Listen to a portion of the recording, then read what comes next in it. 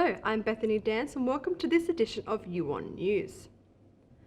A different kind of epidemic leads our bulletin tonight, with a wave of homelessness sweeping across the Hunter. Driven by skyrocketing rental prices, local Novocastrians are finding it increasingly difficult to find an affordable place to live.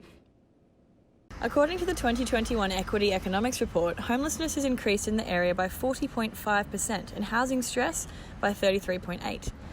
Forecasts predict another 468 people losing their homes within the next 6 months. The rental prices have definitely gone up in the last 6 months.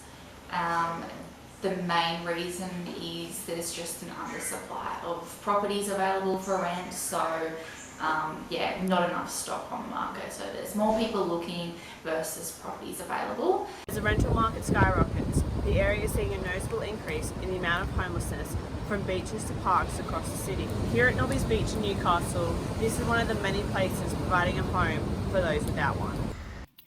However, the Newcastle City Council is doing very little to help with this homelessness pandemic. What will happen to these locals as prices continue to rise? Charlotte Lloyd, Newcastle University News. A report from the Bureau of Crime Statistics and Research indicates that there has been a fall in drug and alcohol-related crime across the Greater Hunter region. This report indicates the decrease in crime is a result from lockdowns during the COVID-19 pandemic.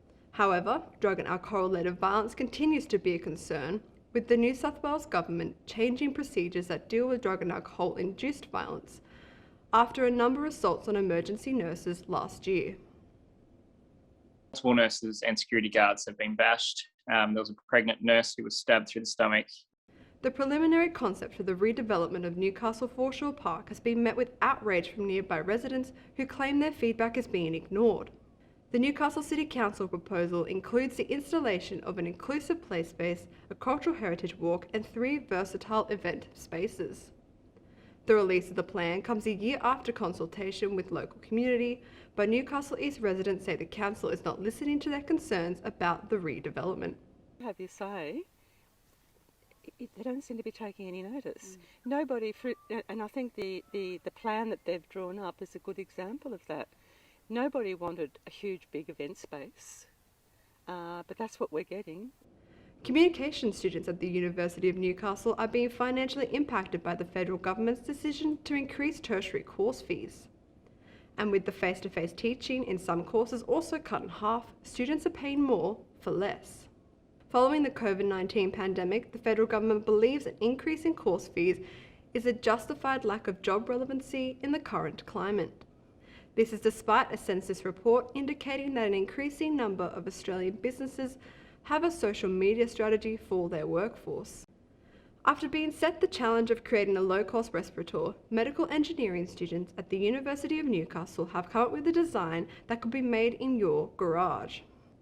The MedMaker's device aims to prevent healthcare workers from contracting respiratory diseases such as COVID-19. The equipment pumps around 170 litres of purified air through a filter every minute and complies with all Australian standards, with students now planning how it can be manufactured into the future. The PPE available for most hospitals and frontline healthcare workers is just not available at the moment. While the impact of the pandemic continues to be felt around the world, Newcastle's tourism and hospitality industries have begun to adjust to the new normal of easing COVID-19 restrictions. Hunter restaurants are turning to local deliveries for sales, while tourism operators are promoting domestic holidays until international travel is permitted again. A Hunter-based researcher is leading the study into the effectiveness of a common cold and flu drug against COVID-19. INA-51 primes the immune system against the most common types of respiratory viruses, and the University of Newcastle and HMRI professor Nathan Bartlett says if proven to be effective, the drug could protect people from rhinovirus, COVID-19, and other respiratory illnesses. Our frontline workers are some of the most susceptible to mental health issues, with the first responders experiencing a higher prevalence of burnout, PTSD, and depression. But one man has come forward to tell his story and reveal why it is so hard for others to speak out. This is a long way from some of the horrific scenes frontline workers experience. Mick Walmsley has been a paramedic for 19 years and in 2017 started noticing signs of what was to come. level of agitation was just getting out of control. Mick was experiencing what was soon to be diagnosed as PTSD, and it was beginning to impact even the simplest of tasks. I couldn't make a simple decision. Sharon would ask me if I want a cup of tea, and I couldn't answer if I yes or no. Mick isn't alone. In a 2018 study of first responders conducted by Beyond Blue, found that 10% of emergency service personnel suffered from probable PTSD, with increased risk over time. With implementing numerous mental health strategies across New South Wales, like peer support programs, the question is it enough? You don't need to solve all their problems, that's not the role you play, but just to listen, hear them out, and just validate those feelings. But most importantly, Mick made it out the other side. Seeing Dad now, I feel like I can finally say that I know the best version of you. And yeah, it's really good. Caleb Fogarty, UON News. Earlier this year, the City of Newcastle hosted the 2021 WSL Rip Curl Cup. Despite having to restrict viewing access and implement a ticketing balloting system to limit crowd numbers and meet COVID restrictions, coordinators and spectators deemed the event a success and are hopeful for its return next year. Founded in 1976, the WSL celebrates the global surfing talent, with Brazil's Italia Ferreira and Carissa Moore of Hawaii crowned champions of this year's event.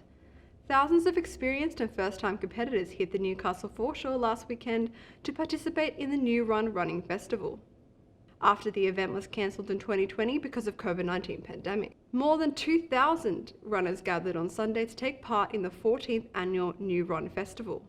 Organised by H Event and sponsored by the City of Newcastle, the New Run circuit loops from Nobby Breakwall to Honeysuckle Drive, with runners completing a marathon, a half marathon and short course distances. And that's the news. Head over to our website for the latest in news, sport and weather.